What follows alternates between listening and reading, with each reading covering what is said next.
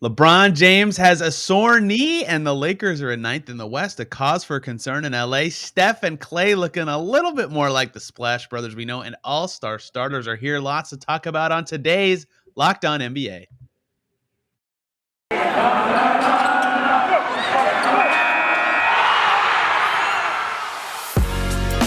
You are Locked On NBA, your daily NBA podcast. Part of the Locked On Podcast Network, your team every day. What's up, everybody? Welcome to a Friday edition of the Locked On NBA podcast, where we talk about the latest and greatest going on around the association. I'm Tony East, host of Locked On Pacers. He's Adam Mares from Locked On Nuggets. What's up, Adam? How you doing? Good, man. Finishing off the week strong with the Lakers loss. Always good. Yeah, that's the headline of the night. LeBron with knee soreness does not play in Philly, and they're on a back-to-back, so they got to deal with LeBron soreness again tomorrow. For the Lakers, they lose to Philly. That's a big one for the Lakers as they fall in the standings. The Warriors played Minnesota tonight. That game was pretty fun, despite the score not looking like it was super close. All-star starters got announced, and it's Power Ranking Friday. There's a lot to talk about today, but that's the lead. Let's do it. The Lakers go into Philly, and they don't look like a good basketball team. LeBron doesn't play. He's got this sore knee. The Lakers say he just wakes up in some pain, and they're holding him out for cautionary reasons. When you're 37, every sore anything makes me a tiny bit nervous, even if he's LeBron and he's superhuman. AD looked really good. Russ looked okay. No one else on the Lakers gave him much of anything. Do you have any cause for concern here, Adam, with the Lakers with LeBron out as they fall to ninth after this loss? I mean, there's no question about it. But before I kind of get into concern for it, this game, they lose by 20 points or 18 points. It wasn't, to your point, it wasn't all that close. But I actually think there were some encouraging things if you're a Lakers fan. I mean, Anthony Davis, this was, I think, this was a solid game for him. Going in a very tough matchup. He was matched up against Joel Embiid quite a bit. And I thought he held his own. I mean, Joel Embiid won the matchup. You look at the numbers, he was a plus 21 when he's on the court. Embiid, 26 points, 9 rebounds, 7 assists. But, Embiid's been doing that to everybody. In fact, you could argue that's Joel Embiid's least impressive game for about 6 weeks. So yeah, it was a really tough assignment. And more than the win or the loss, I was just curious, how does Anthony Davis look? And Embiid was physical with him. There were times when both guys were hitting the floor. There was collisions underneath and this or that. And I just thought Anthony Davis did a nice job in what was probably a hopeless effort when you don't have LeBron with you. Yeah, I agree with all that. That was Davis's 7th game since November, and it was his 5th highest scoring game of the season. So he really, basically, since he's been out for a while with his injury, it was one of his better performances in general, even with, Embiid being Embiid. And the thing, you're right, like Embiid had 26, and it was one of his worst games in like the entire month of January. He was averaging like over 40 points in his last 5 or something like that. Right. Yang was excellent off the bench for the Sixers in this game. I think he drilled a 3 every time I looked up from my couch. Tobias Harris was really good for the Sixers as well. And they didn't even play like awesome. They won by 18 and played good defense, but their offense was not like amazing or anything like that. They only got 17 free throws up. Like they shot pretty well from the field, but it wasn't like the most beautiful basketball ever. But the Lakers continue. I mean, they're 9-7 when all 3 of AD, Russ, and LeBron play, which That's is such a small sample size. I know it's 16 games, but they have games where only 2 of them play or only 1 of them play that they never look that awesome to me. And so that's always going to be the thing for them is like, yeah, they can be good. They have talented players, but I always worry about what the Lakers can be as injuries hurt them, as they have an older team in general. I mean, the Westbrook story is not going away. He obviously just hasn't looked good all year, and especially as a fit there. I think the idea, especially as this season has played out, I mean, one of the things that makes sense about what the Lakers' plan was that this season was going to be so absurd for everybody, including the Lakers with a 37-year-old LeBron James. So the idea of having different guys who could carry you on different nights is actually pretty sound. It'd be nice. Every team would like the luxury of, hey, we know this is player A's team, but on any given night, player B can kind of step in and you get a rest night. The problem has been that hasn't worked out that way. Westbrook hasn't been able to carry him. But I think if you look at what AD did tonight, Anthony Davis did tonight, 31 points, 12 rebounds. But here's the important part to me. 2 steals, 4 block shots. And again, going up against Joel Embiid, one of the most dominant offensive forces in all the league. to me, it was a little bit of a reminder of, oh yeah, AD at his best, which we haven't seen much of this year, but AD at his best is still a unicorn type defender who can affect shots all over the court. And offensively, he adds a really dynamic piece, a really dynamic layer. So LeBron, AD, even if the roster isn't perfect, that's still a force. But your point about the record is what gets me. They're 24-25, below 500. And if you go over to the standings right now, they sit as the 9 seed, and they are 4 games behind the Denver Nuggets and Dallas Mavericks in the loss column for that final playoff spot before you have to go to the play-in. You look at the strength of schedule going forward. The Lakers have the hardest, by a wide margin, the hardest schedule remaining. You mentioned a back-to-back tomorrow.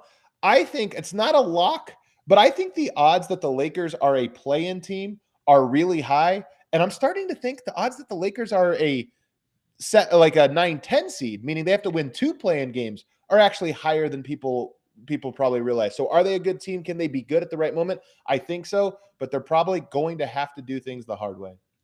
I will never, ever write off a LeBron James team until reality slaps me in the face. But like, we're 50 games in. I understand injuries and stuff have really befuddled, or that's the wrong word, but really muddled what I can think the Lakers are. But at some point, you are right. And 50 games is getting somewhat close to unsalvageable reputation. For me, I understand the players on their team and the situations they've had this year make it impossible to just say that. But 50 games is a lot of games, Adam Mares. 50 games is a lot of games. It is a lot of games, but again, this is the year. 50 games in this season is really like 20 games in a regular season. Like, this season is so Yes, just go look true. at some of the guys who have started, not just for the Lakers. Look, everybody's faced adversity. The Miami Heat have faced adversity this year. They're doing a lot better. So there is something to what you're saying. But I still think that the Lakers' best punch we know is very good. We don't know how good it is. We don't know if it's championship good. We don't even know if it's get out of the first round good. But we know it's better than what they have been so far. And they just have thrown that first punch so seldomly. What I do think, though, is that this Lakers team planned on and wanted to be a playoff team, not a play-in team.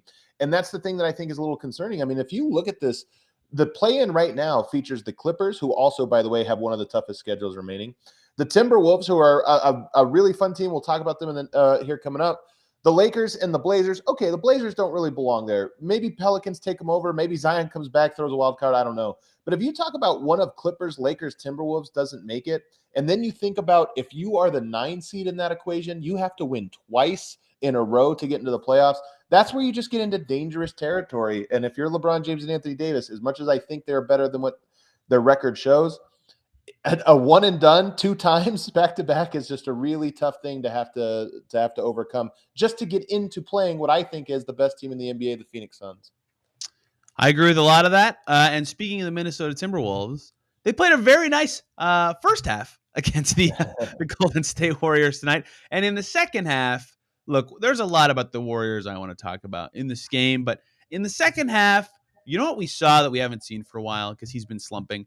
We saw Steph Curry make some shots that were just mean shots, like this dude's an MF kind of shots. And it wasn't just Steph Curry was wide open, and he hit a couple wide open threes, but he hit just like, hell yeah, I'm Steph Curry. I'm amazing shots in this game. And it's been a while since I've seen stuff like that. And it was really good to see him and Clay, who had 23 in this game, be dominant for the Warriors again. So the Warriors get 124 points, and what do you know? 11 of 19 from Steph and Clay. That was like the first Splash Brothers game we've had in 3 years or however long it's been, where both guys kind of had it going. And more important to me was, you're right, Steph Curry got it going. We know, I feel pretty confident at some point he's going to break out of this slump. Maybe it was tonight. Maybe he's already kind of in the process there. But Klay Thompson was the one I was less certain of. And they changed his rotation tonight, Tony, and I thought that was interesting. They're upping his minutes a little bit, but they didn't want to just up it by tacking on 5 extra minutes all in a row. So now he plays the start of the game, he plays the start of the second quarter, and then in the second half plays 3 stints so that he can close the game. He wasn't closing games before. Now he's getting to close games. And I wonder, shooters need a rhythm. And I imagine coming back and having to play these very stunted little segments here and there, that could be tough. So we have a sample size now of 1 of this new sort of rotation. And what do you know? Klay Thompson busted out of his slump. So something to kind of keep an eye on here in the coming games. Something else to keep an eye on, this game really turned when D'Angelo Russell hurt his shin and exited the game just before halftime. And his 19 or third, I can't remember when it was. Doesn't matter. The Timberwolves won his minutes when he Right. played, and then they lost. They end up losing because he can't play for much of the second half. That was really killer for them because they were kind of humming offensively when he was out there. But Cat was excellent in the first half, especially when playing with Russell. 23 points in the first half. For Towns, it was tied for his best scoring half of the season. And Charles Barkley said something astute that I agree with that I noticed in this game, and that's that Cat was playing a little more interior based than he normally does, which was interesting. And some of that's a product of how the Warriors defend and who they have on him. But that was a good showing from him to be a little more post based in this game. Took 16 2-pointers on his way to 31 points. I thought that was an interesting little development and wrinkle from this Minnesota team. For sure it was. And I liked also, I heard Charles Barkley's comment about, hey, maybe he saw Joel Embiid playing well. Maybe there's a little bit of this. I mean, look, we have the renaissance of the big man really is happening right now, obviously with Jokic and Embiid, which has been for a while now. But Embiid may be a front runner at this point for MVP. Jokic, the MVP last year, and another candidate this year. And you see a guy like Towns maybe just wanting to stay in that conversation and say, hey, this is a year that's sort of a revolution of the big men in many ways. But your point, I think the most important one, first of all, I got to give a shout out to Jared Vanderbilt, who continues to do really interesting things there. He's kind of a breakout star there. But D'Angelo Russell, if you look at all of the metrics for the Minnesota Timberwolves, and even the simple ones, the plus minus, that team, he sticks out in a crazy way as their plus minus king, meaning when he's on the court, usually with that starting lineup, which has been fantastic, but even when he's put with bench or staggered units, he's been phenomenal. So if he has to miss even just a little bit of time, that's a real concern for the Minnesota Timberwolves, who, like the Lakers, are trying to break out of that play-in zone. Yeah, I agreed. And, we just talked about the Lakers' struggles. Like, let's say D'Lo misses even 3 games. Like, that helps them a ton try to even get into the 7-8 game if you're LA. So that's a big thing. Also coming up, the Timberwolves play the Nuggets here, I think, on Tuesday. So, like you said, you miss 4 or 5 days. That's a game where if Denver wins, they're already 3 games up in the loss column. You win that one, you go 4 games up. Those games matter a lot more, especially as there's fewer and fewer games remaining.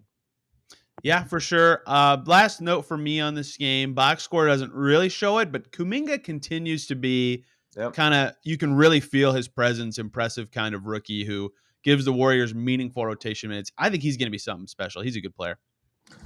I think he is too. I'm really curious to see how the continued evolution goes with him this season, because I'm just curious to see what guys are playoff reliable guys for the Warriors team, because they have so many guys that you can just go ahead and pencil in there, including the all-star Andrew Wiggins. But he's that guy that I look at and I'm like, okay, is he a playoff guy? Is he not? Is he going to turn a playoff series in a good way or a bad way? His development will be something to really keep an eye on.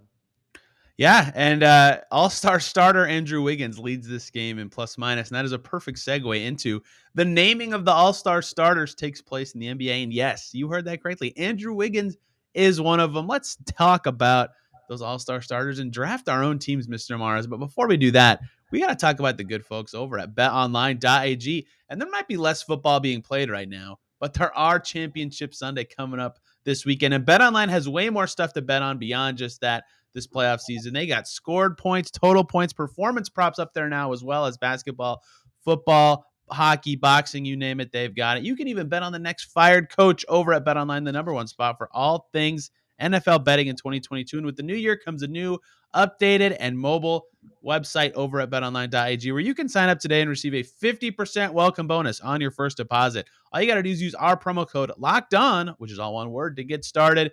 All those sports right down to your favorite Vegas casino games. BetOnline is your number one online wagering destination. BetOnline is the fastest and easiest way to wager on all your favorite sports and play your favorite games. BetOnline, where the game starts. All-star starters are out. Mara, should I just read them off first and then we draft teams? Do you want to talk surprises? What do you feel like the best order is for this? Let's let people know. I don't know if people don't know, listening to the show, know who the All-Stars are, but let's read them off anyway. A little refresher. Yeah, the East front court was the most obvious thing that was going to happen, but the East starters, Embiid, Giannis, and KD in the front court, and DeMar DeRozan, a surprising on the ballot guard, but not a surprising All-Star, well-deserved from him, and Trae Young, the final guard in the Eastern Conference. And in the West, the obvious two, Jokic, LeBron, they were going to get it no matter what. And then Wiggins, Andrew Wiggins, his first All-Star appearance. He's a starter in the West, and the voting looks very good for him. The media has him 6th. The players put him up high. The fan voting had him up very high. So while it was surprising to hear the name, all the voting suggested he totally deserved it. And the backcourt, Ja Morant and Steph Curry, Woo, very that's a well backcourt deserving for right both of there. those John guys. Morant, Steph Curry. Woo. That could be the first of several Ja Morant All-Star starting appearances in a row. That kid's got it all.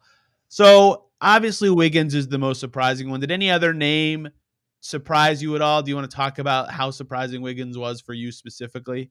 So here, there really weren't any. I mean, you can look at the Eastern Conference, like you said. I think these guys were locks to be it. Okay. Ooh. Okay. But let me say, but I want to go into Andrew Wiggins here and DeMar DeRozan, because I know that you're going to say that Andrew Wiggins probably got bumped up a little bit. He got that Warriors bump, and he did. Okay. Go ahead. Let me cover my own butt before you Yeah. get here. I think he's a deserving All-Star. It doesn't matter if it's Okay. starter or not, but Okay. I don't know if one of the best 3 front court players in the West is accurate here. We were going through the list here before. We'll get to some of the snubs, but I mean, there's nobody that I think sticks out. Luka, if you say Luka, you got to move off the guard spot. Now you got to. And by the way, I do feel like that third spot, guard forward. I mean, does the NBA play as many 3 guard lineups as they do No. 2 forward lineups? I mean, come on, like that's a swing position. You just need to make that a swing position. But nonetheless, what I think is so neat, so often, one of my pet peeves is so often people talk about players in terms of absolute value. He's the best player. He's the worst player. This guy is a good player. He's a bad player. I think Andrew Wiggins and DeMar DeRozan have both had a sort of renaissance in these new on these new teams. DeMar DeRozan, I think, is the poster child of this, but Andrew Wiggins flying a little bit under the radar here in that both of these guys were ISO players, mid-range players only. Like, are they good stats, bad team guys?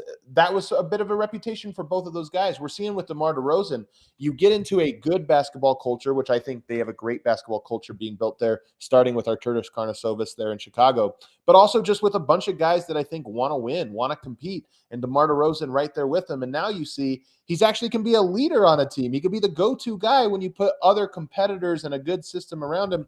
And then the same goes with Andrew Wiggins, who I think over the last 2 years has really unlocked a lot of his potential that we thought was wasted potential when he's doing it in a bad situation, in a bad franchise, and surrounded by bad players. You get him in a great culture, obviously a great culture in Golden State, and all of a sudden that potential is unlocked. So it's just something to keep in mind when we analyze players, think, hey, he's good, he's skilled.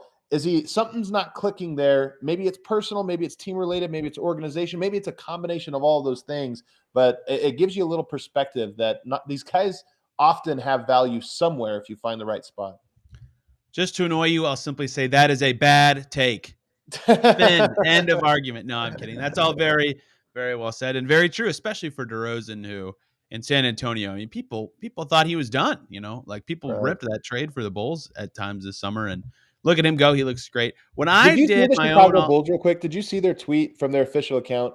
Because it's rare you see this from a team account. They put out it's a picture of DeMar DeRozan standing in front of a bunch of articles ragging on the trade. So it actually was a really cool thing. Ooh. You rarely see and they're calling like writers out. You could see the Very names nice. of the headlines and stuff. So it's rare that you get a team account that'll actually call out the media in that way. But I thought in this instance, it was pretty cool.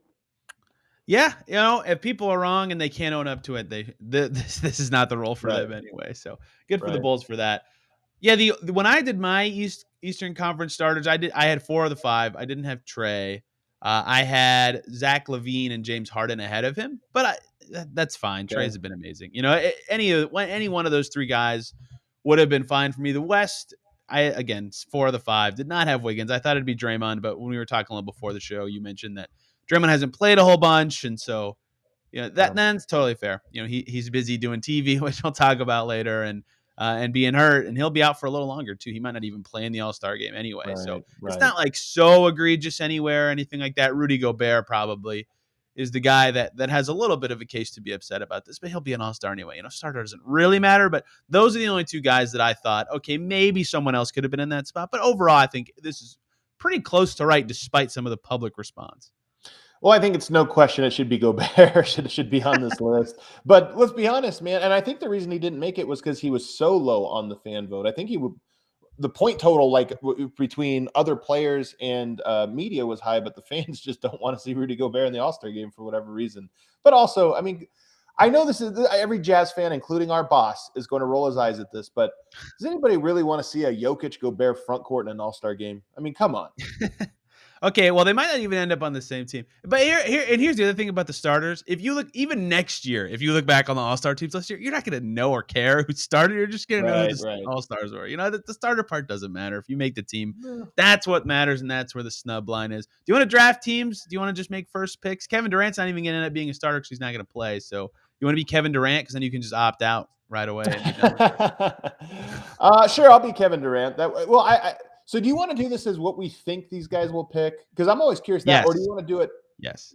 Okay, so how you think they will pick? That's interesting. Yes. Well, because it used to be with like all the tampering jokes in the world. Right. So like if Harden was in this, KD's picking Harden number 1 because he doesn't want him to leave Brooklyn with all the stuff going on. But it's a little harder now with, the cap dropping makes it impossible for some of these players to move. So KD would have the first pick. If you're KD, who is your first pick that is not LeBron James going to be?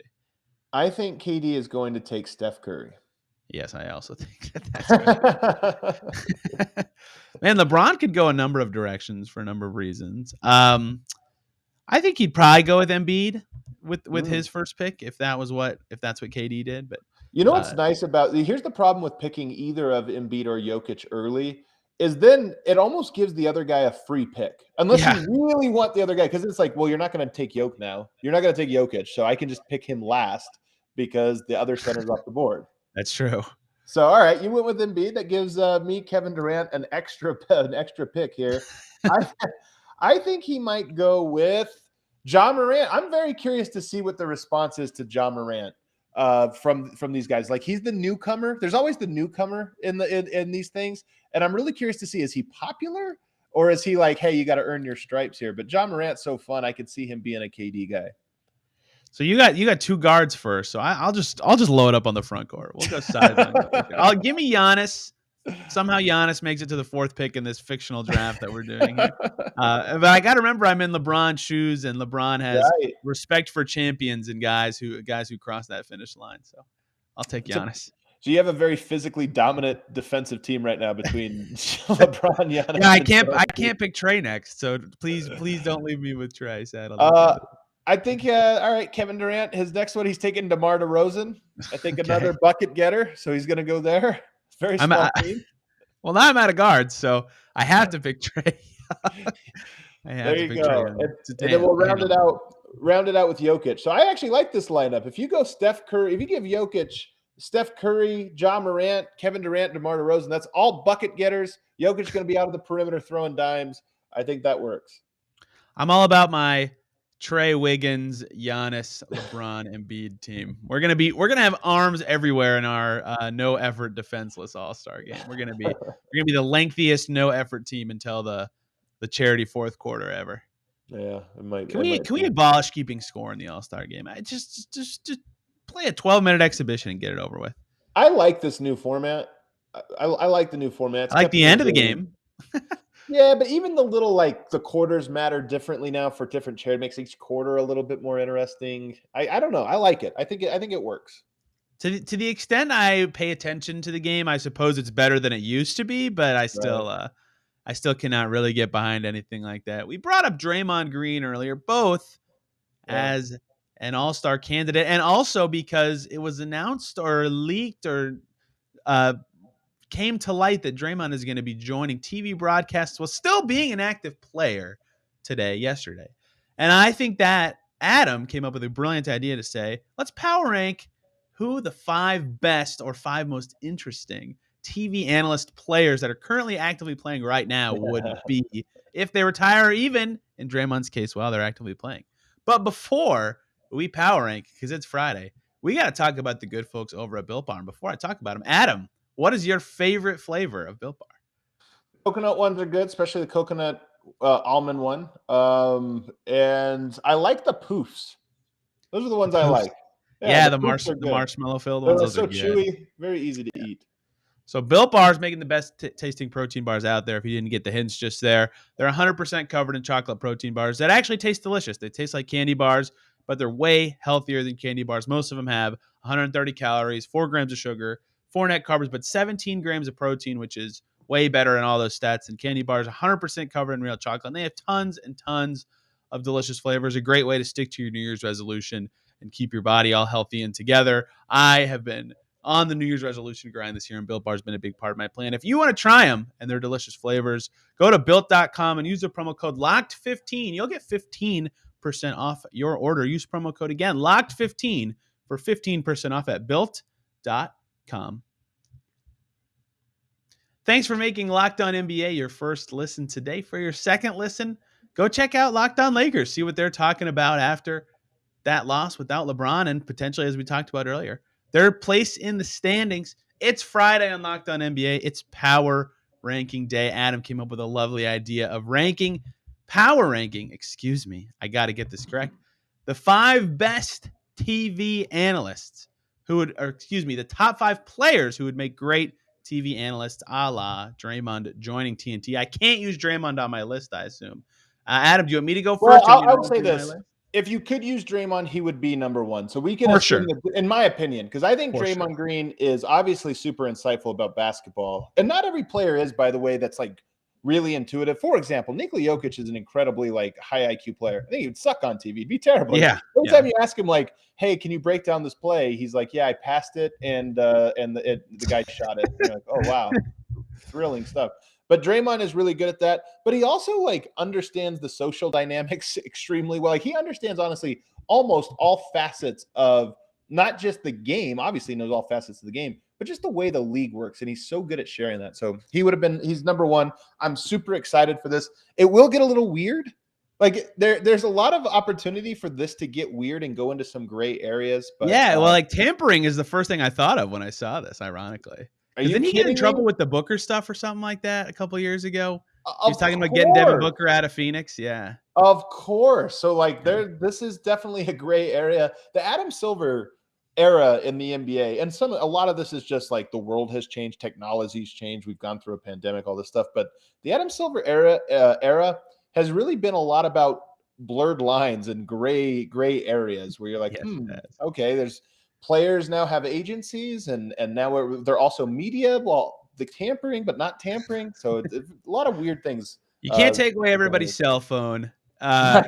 So it's going to be kind of hard to limit what can and can't happen going forward. Would you like me to give a very, very serious first answer in my power rankings here, or a very off the wall lackadaisical answer? This is your power rankings, and whatever you go with, I'm going to critique it. I'm going to make fun of it. I'm going to poke holes in it. Well, my number 5 guy is a somewhat serious answer. My number 5 is CJ McCollum from the Portland Trailblazers. Okay. All right.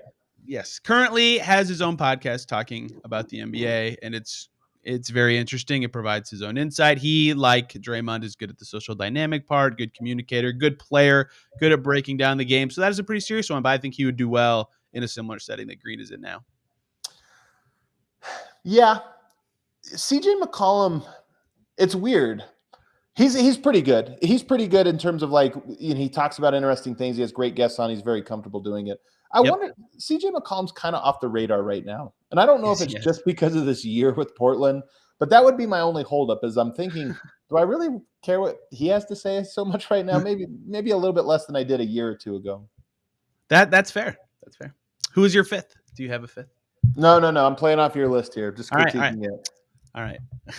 Well, we'll move up the list to one that is less serious, but still very fun. And this is somewhat based off of my favorite TV segment from any NBA player of all time, and somewhat based off of his old career as a star and current career as a title chaser. Ready? Number 4 for me is Blake Griffin. I think Blake Griffin. Oh, man. That's a great one. I actually think he would be really good. I don't even think it's that silly. Like, I think he would provide some interesting insights. He's very funny. He's incredibly funny. There's a lot of versatility you could do with him. I was thinking about this the other day. Is Nick Wright? For some reason, Jokic is like 8 triple-doubles in a row. He's playing incredible basketball. Nuggets are winning these games, and he's talking about he's not good enough to be a top 5 player, this or that. And I'm thinking, how have we evolved from Ahmad Rashad in the 90s, who's just like celebrating basketball? Every time he opens his mouth, it's a celebration of the NBA, to like the only way we talk about it now is this guy sucks. He's only the sixth best player in the league. He's no good. But I think Blake Griffin, he would be good to like send on those Ahmad Rashad type assignments where he's taking you behind the scenes and this type of cracking jokes with the guys. And I think he'd be good at that. If you, I don't know if you have or haven't seen it, Mars, but even for listeners, if you haven't seen Blake Griffin on SNL making fun of post-game media interviews, it is one of my favorite TV bits from an athlete of all time. It is so funny. And as someone who's been in those situations, being the interviewer before, it hit right where it hurt because I have asked similar questions to the ones Blake Griffin was making fun of. It was very funny. He's had a very interesting career being on some very good teams, jumping over the car, now being on some title favorites. You know, I think he'd be very good. Number 3 for me, this is definitely my most off the wall answer. And I was watching him play, and that's what made me think he'd be funny on TV. And that is Anthony Edwards, because Anthony Edwards is definitely my silliest answer. And I have an honorable mention that is also a silly answer. You've got two that are better than this one? My goodness. I do. Anthony Edwards is made for television, man. Like every time there's a microphone in front of him, it's something gold. I can't explain how much I love Anthony Edwards. The basketball player and the personality. Yeah, 100%. I mean, he might be number 1. It's like his quotes to just the most rudimentary questions are unbelievably good, right? And like that just says everything about his personality, right? He's got little sayings, he's got little phrases, insane confidence, 10 out of 10 smile. He's the best. You're making me wish I moved him up to number 2. I would not have moved him off over my number 1, but I would have probably bumped him over the guy I'm about to say. So you're making me sad about leaving him number 3. Number 2, a guy I covered in my own local market. Coach's son, already a good coachable guy, very good at explaining the game to me when I have questions for him. And that's TJ McConnell. Oh my gosh. Wow. No way. No one's tuning in to watch TJ McConnell. I understand just getting dunked on to holy hell. He would be really good on TV. I'm serious. He is very cordial. He's very, very funny, and he's very good at explaining the game. People on Twitter, please at T-East NBA and Adam. I don't think this deserves the dunking you're giving me. I gotta hear the feedback to this. You can't leave me out of this. You have to pick up your phone, tweet us right now, and let me know what you think about TJ McConnell being a better studio host or analyst. Yeah, I gotta switch those two. I'm okay with having him top 3, but I understand getting down. I love it. TJ, I'm in, man. TJ McConnell. I am unflinchingly rigid on my number 1 being my number 1. All right, let's hear it. Chris Paul. Yeah, this is a good one. Right? Like I think he'd be just like Draymond, basically. He'd be awesome. Here's the problem with Chris Paul, though, as number 1. I'm going to explain to you my problem. Chris Paul's defining trait in the NBA, other than being like a fantastic point guard, is a guy that figures out every minor way to exploit the rules. And are you telling me if you allow this guy to be an analyst? We just talked about Draymond tampering. Are you kidding me? Chris Paul will be sending signals every season. The only thing he'll talk about is in code that only other players will know. Like he would find a way to use that to his advantage and cut some corners there. So that's the only thing about him. But he's obviously a great mind, really interesting guy, knows everyone. When I was thinking about this, I would lobby for a whole segment of Chris Paul pointing out every player with an untucked jersey after he got that technical a few years ago, and he was with OKC that ended up winning him the game. On the 1 point they got on that technical. Was it OKC? Oh yeah, he was in OKC. He was with OKC. I don't remember who they were playing that night. It was I'm pretty sure it was Timberwolves, and it affected the game. It actually changed the outcome. It totally changed the outcome of the game. My honorable mention, I have 2, and one is in the Anthony Edwards camp. So I have to say, I think LaMelo Ball would be awesome in this role as well. Yeah, maybe. We need some seasoning. Need a little. Yeah, maybe 2-3 years from now. I just got to talk to him because the Hornets were in Indy. He's just got it a little bit, you know. He says stuff that is just he says exactly what he means, and he says it in the way he talks, and he still is very good at breaking down the game. That one was an honorable mention, and LeBron is an honorable mention for me as well for, obvious reasons. You don't want to watch LeBron on TV? No, thanks. I'm out. I pass. Solid pass. Okay, so can I ask you a question about this topic? Sure. Who in the current NBA, if you could think of anyone, would be like Charles Barkley? Like they'd be the guy who's always like, "Oh, the 2000s NBA was the best NBA, and these players these days suck." Back in the day. Yeah. Who would be the back of the Man. day kind of guy? Well, honestly, it's LeBron. I mean, LeBron has been in like That's legacy true. protection mode since he was in high school. So this would, and by the way, this is going to happen in whatever venture he does. Like, I can't wait. It's going to be the year 2027. He'll be 1 year removed. He'll be like, I remember how we played in the early 20s. And you're like, what? 2 years ago? So it's definitely him. I think he'll be protecting it. Dwight Howard probably also. Yeah. He'll be That's a one of good those guys as well. I'll give you a couple honorable mentions, though, that for me, Matisse Thybulle, really talented. Remember what he did in the bubble? So less of like an analyst personality, but I can imagine if you just at TNT said, hey, just make us a vlog. We'll air it every week. It would be a very good one. I can't get dunked on for TJ McConnell unless you just slide Matisse Thybulle past me. at least Thybulle has some video editing skills, Yes, man. he does. Yes, he does. And then And they were JaVale good, McGee. and they were good vlogs. You're right. JaVale McGee would be my other one. That'd I be a think good he could be a really nice, and he has time on his hands. That was a surprisingly more fun exercise than I expected it to be when I was thinking about it. When I thought of Anthony Edwards, and it's unfair because he was playing while I was thinking of this, but I was like, oh man, I kind of want that now. Like I would enjoy that one. Maybe I should have made him number one because I mean he would just be an absolute delight. I got nothing else for today, Maraz, unless you do. I think that's good, man. Good show. Good little week. Now we get to head into our weekend. Head into the weekend, and next week's the last full week pre-trade deadline in the NBA. So teams are really going to be solidifying their stances for the stretch run. It's going to be a fascinating time in the NBA. And as you know, we'll cover it all here on the Locked On NBA podcast. Everybody have a great weekend, and we'll be back on Monday.